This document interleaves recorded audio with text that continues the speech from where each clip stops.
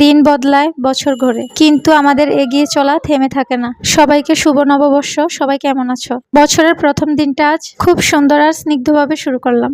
সকালে ঘুম থেকে উঠে স্নান সেরে একদম টকটকে লাল রঙের একটা শাড়ি পরে নিলাম। আর এই লাল বাটিক শাড়িটা পরে আমাকে কেমন লাগছে জানিও তোমরা। আচ্ছা, তোমরা কে কি রঙের শাড়ি পরলে সেটাও কিন্তু জানিও। এরপর চলে এলাম আমার ঠাকুর ঘরে। পহেলা বৈশাখ, তাই সেদিন নিয়ে আসা ড্রেসগুলো নিজে হাতে আমার রাধা মাধবকে পরিয়ে দিলাম। দেখো তো কি সুন্দর লাগছে আমার রাধা মাধবকে। আমি তো চোখই ফিরাতে পারছিলাম না।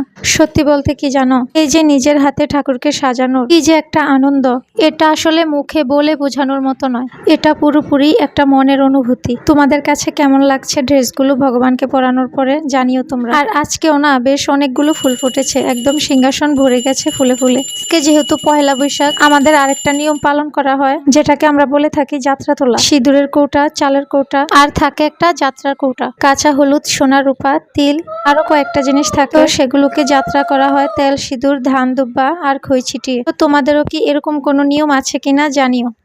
আর এই তো এভাবেই কাটলো আজকে আমার পহেলা বৈশাখের সকালটা। সবাই ভালো থাকো, সুস্থ থাকো, এই প্রার্থনাই করি।